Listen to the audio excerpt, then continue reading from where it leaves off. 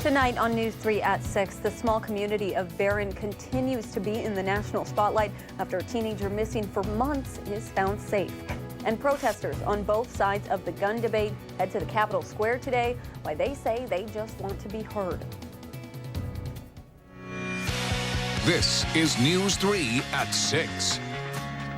Thanks for watching News 3 at 6. I'm Amanda Quintana. The world continues to watch developments in northern Wisconsin, where 13-year-old Jamie Kloss is home safe tonight after going missing in October when her parents were found shot to death in their Barron home. We're learning more today about the investigation into Jake Patterson, the 21-year-old accused of killing her parents and kidnapping her. In an interview today with CNN, Sheriff Chris Fitzgerald says they're trying to figure out what his routine was during the last 3 months. He also says they don't believe she was ever taken across state lines, but Jamie was targeted. They just don't know why. It was a random act by the suspect, but it was a very well planned out attack on the Kloss home. There's no evidence that we can uncover that the suspect knew the Klosses, was at the Kloss home, and any contact with them, worked with them, sent emails to them, Facebook. There doesn't seem to be any connection between Mr. Patterson and the Kloss family at all. New reports say that detectives are now looking at the criminal history of Patterson's brother, 24-year-old Eric Patterson. He is a convicted sex offender and at one time lived in that same home in Gordon where Jamie escaped.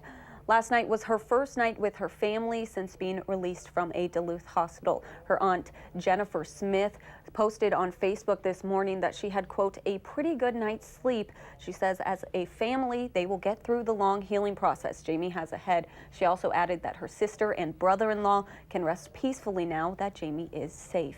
She also shared these new photos of her first morning with Jamie waking up in her own bed, resting with her dog. Smith says it felt great to know Jamie was finally next to her all night. Support for Jamie continues to stack up around the world. In less than 24 hours, a Facebook fundraiser surpassed its $50,000 goal. The goal was initially set for $10,000, but with so many donations, it was moved up to $50,000. If you would still like to help, you can donate by contacting any branch of Sterling Bank of Wisconsin and ask to donate to the Kloss Family Benefit Fund. There's also a GoFundMe link on our website. With the Jamie Kloss now safe, people around the world are breathing sighs of relief and sending their best wishes. The story especially hits home for one woman who has been in Jamie's position before. Our Madeline O'Neill shares her message of how the community can help going forward, along with some words for Jamie herself. Amanda, Elisa Kosakevich is an international advocate for child safety and missing persons and has inspired legislative changes here in Wisconsin as well. Like Jamie, at age 13, Kosakevich was abducted by an older man. She's been following Jamie's story since the beginning. My heart was going out to her, my heart was going out to her family. In dire times, In a stranger abduction, statistically, a child is murdered within 3 hours. hope can keep us moving forward. I absolutely had all the hope in the world for her. Although missing persons advocate Alicia Kosakevich couldn't physically be part of the search to find missing 13-year-old Jamie Kloss, knowing the canine named Kozak in her honor had his nose to the ground lifted her hopes. To know that Kozak was there and that he has a magical sniffer, so he has a good chance of finding her, possibly. That hope led to a miracle. Oh my gosh, guys, the girl who's missing in Wisconsin, Jamie Kloss, she was just found safe. When Kosakevich heard the news, I'm so happy.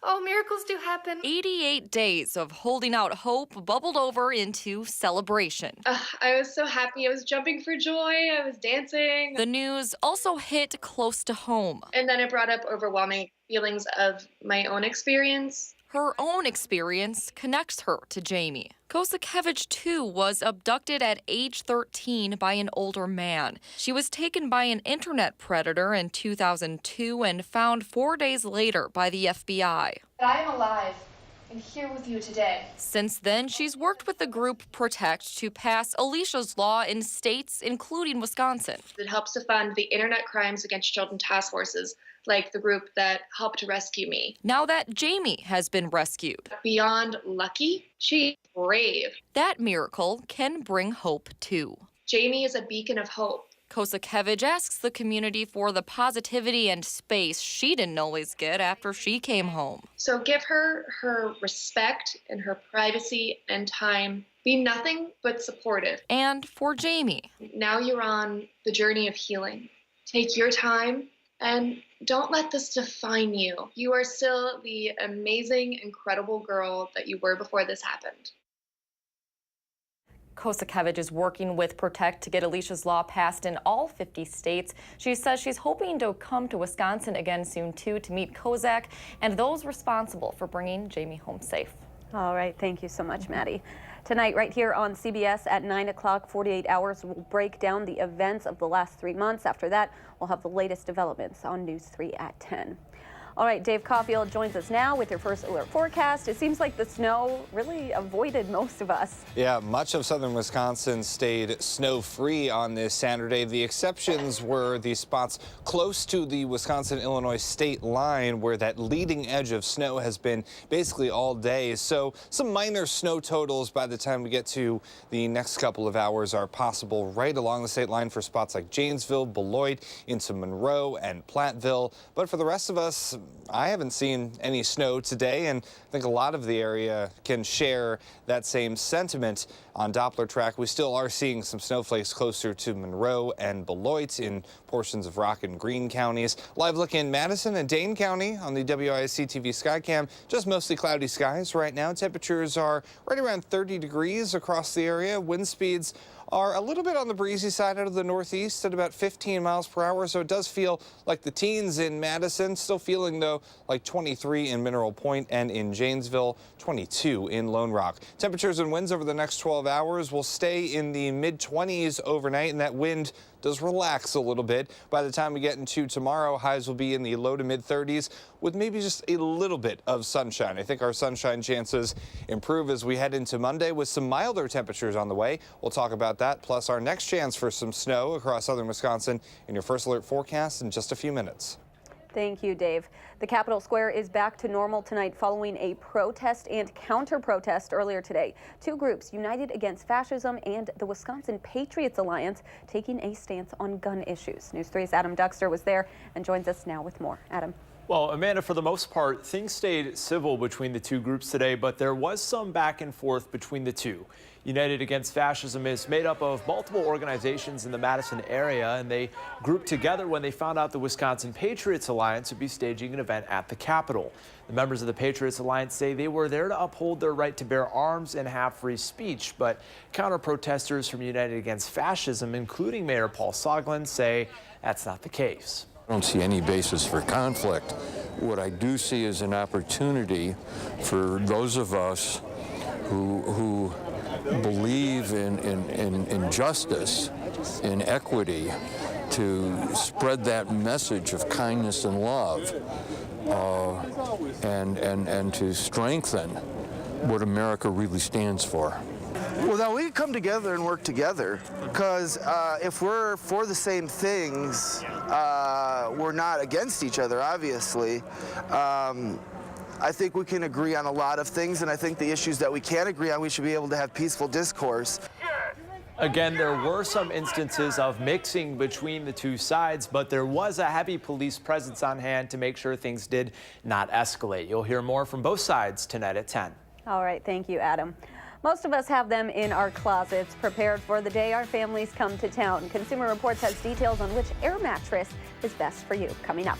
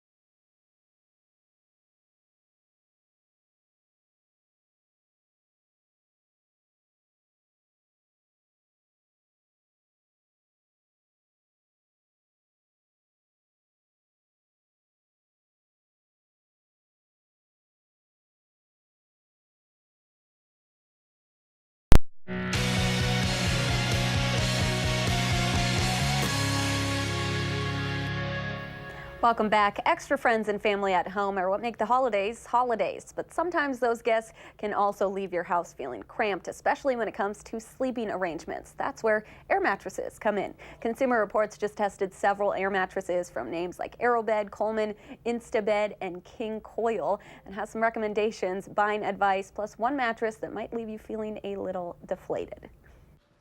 Anshul Jain loves entertaining family and friends, especially during the holidays. Her air mattress makes it convenient, comfortable, and relatively inexpensive for her to accommodate extra guests. So why spend $300, $400, or $1,000 on a bed when you can make do with $30 to $50? I think this is one of my best purchases, and I would recommend this to anyone. Consumer Reports says Anshul is onto something. Its latest tests of air mattresses found that you don't have to sacrifice comfort to get a good night's sleep. Testers looked at both double and single height air mattresses, an important distinction you'll want to consider. Double height mattresses tend to cost a little bit more, but they're easier to get out of when compared to single height mattresses. Testers weigh, measure, inflate, and deflate both types of mattresses. Then they get down to what's really important, otherwise known at Consumer Reports as the deflection test. Testers placed a weighted disc on the air mattress, then measure how much the mattress sinks. The more it sinks, the less support you have. Mattresses with a small amount of deflection provide the most support. Now, CR found that not all double height mattresses deliver. This one deflects very little, about 1.5 inches, but this $120 King Coil sank almost 6 inches. Not only is the King Coil the most expensive mattress that we tested, it sank the most in our deflection tests. It also is the heaviest mattress, so if you're trying to move it around your house, it can be a little inconvenient. In the end, the Simmons Beauty Rest double height air mattress for $68 is CR's top-rated mattress. If a single height mattress will do, consider this Coleman for $27. It performs well and stores easily. Another word of advice from CR. You want to buy an air mattress that comes with a pump, so that way you're not scrambling at the last minute when guests come over trying to blow it up yourself. It takes only, say, less than 2 to 5 minutes to inflate the entire thing. And so, it's always been a win-win for all of us. And Anshul couldn't agree more.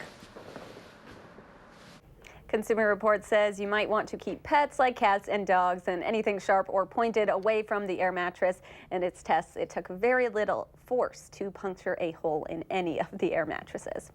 Well, as of today, we are now in the longest government shutdown in history, but still no signs that an agreement is near. We have the latest poll numbers.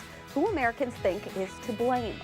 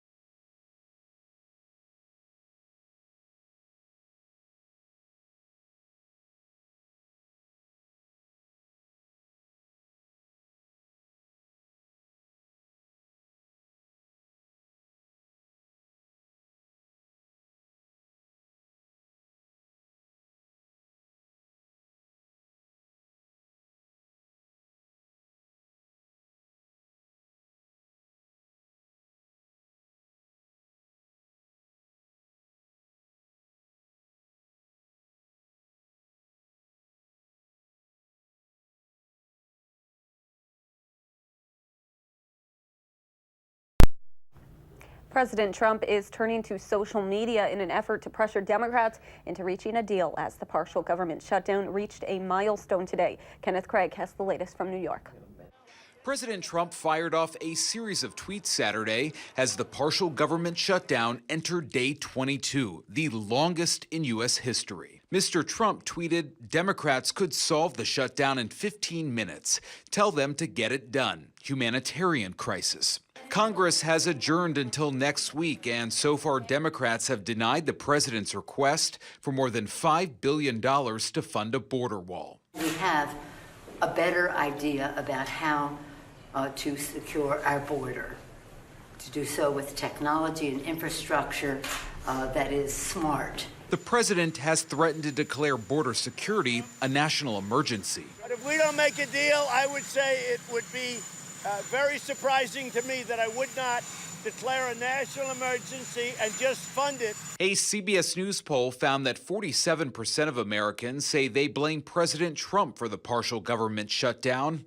30% say they blame Democrats in Congress, and just 3% blame Republicans. And the shutdown. Caught in the middle are some 800,000 federal workers who did not receive paychecks Friday. Food banks are helping out by distributing emergency groceries to those furloughed or working without pay. Not everyone makes the same amount of money, and a lot of people live paycheck to paycheck. Mr. Trump says he will sign legislation from Congress that gives back pay to every federal worker affected by the shutdown. Kenneth Craig, CBS News, New York. The Trump administration is considering a plan that would divert emergency funds from the Army Corps of Engineers to pay for border security. Well, if you're wondering where the snow is this winter, here's a live look at the Gateway Arch in downtown St. Louis. St. Louis has seen about a foot of snow. Some parts of Missouri have seen nearly 18 inches. In a tweet Saturday morning, Missouri State Patrol reported 4 people have been killed while driving on I-44. Another 48 people have been injured, and there have been nearly 800 crashes.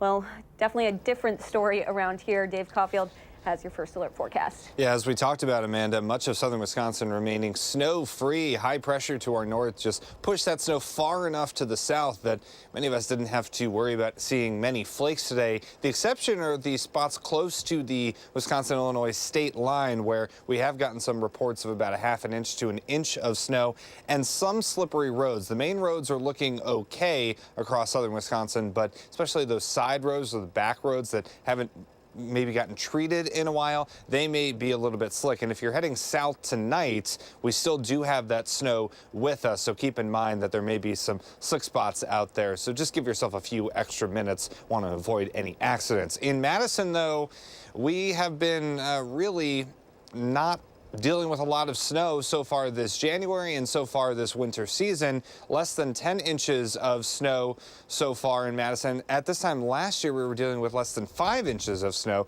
We should be getting close to 2 feet overall by this time of year. Downtown Madison, the Edgewater Skycam looking at mostly cloudy skies. The almanac for today, 32 degrees, so about 5 degrees above normal for this time of year. We're near 30 in Madison, 29 in Monroe, where some snow may still be falling, and similar situation in Janesville, though a little bit warmer. Wind speeds are a little bit breezy tonight, out of the north and east at about 15 miles per hour. So that is making it feel like the teens in the Dells and in Madison, and like 20 degrees in Watertown. So high temperature trend looking like some milder air on the way for Monday and Tuesday, with some of us close to 40 degrees.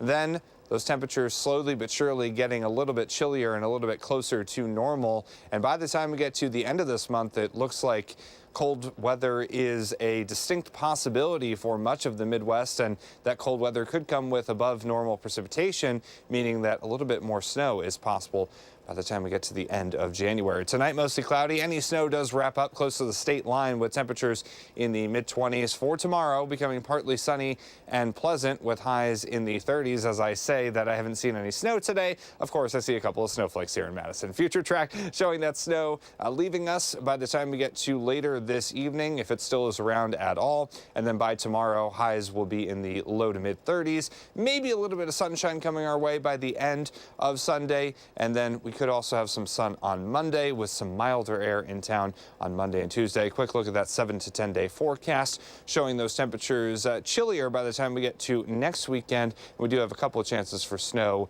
namely on Friday. Well, a tough loss for the Badgers last night with quite a few mistakes. We hear from head coach Greg Gard. That's coming up in sports. And first on Fox, women having trouble conceiving often reach out to fertility clinics for help, but some say a new form of outreach is inappropriate. We have the details tonight after the game.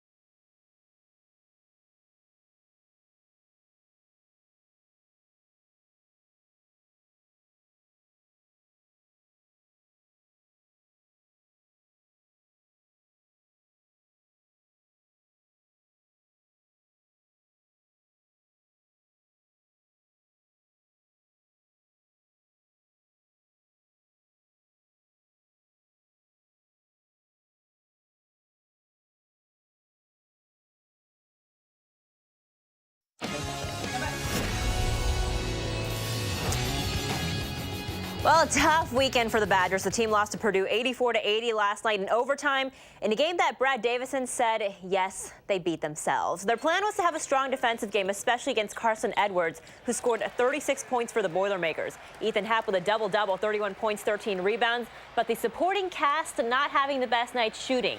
Demetric Trice and Brad Davison were a combined 9 of 22 from the field. And coming into this game, the Badgers were averaging 9.1 turnovers per game, which is second best in the country. But Wisconsin turning the ball over 17 times against Purdue. And head coach Greg Gard visibly not thrilled with that after the game.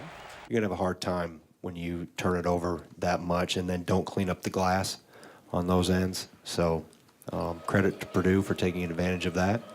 But, you know, we've got to be a lot better in that regard. And we've been, like I said, that's the biggest thing. We've been pretty solid, specifically in taking care of the ball. And to have that transpire is unacceptable. Other Big Ten action today, 16th ranked Ohio State at Iowa. We pick it up in the second. Jordan Bohannon to Ryan Kreiner for the slam dunk. Hawkeyes up by doubles. Later, Buckeyes answer. Dwayne Washington Jr. driving for the one-hander. Ohio State down 6. Later, Luke Garza in trouble going to the other side. Isaiah Moss for 3. Iowa beats Ohio State by 10, 72-62 the final.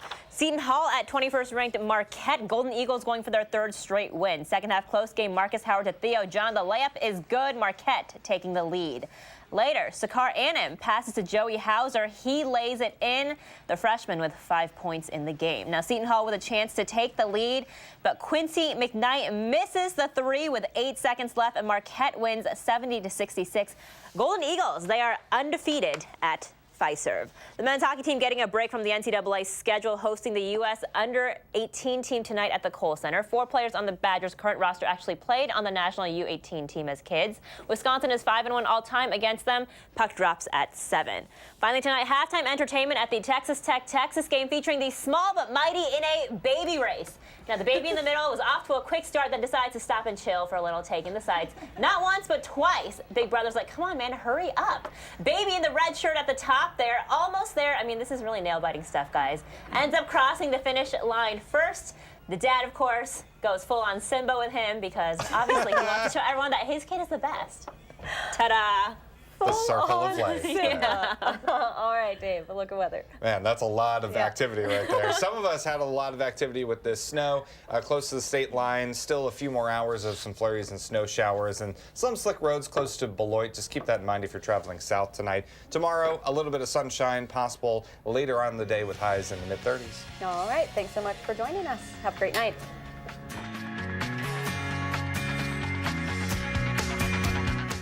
Making plans that are weather dependent? Get an accurate 12-hour, even a 10-day forecast. Download the Channel 3000 First Alert Weather app and start planning.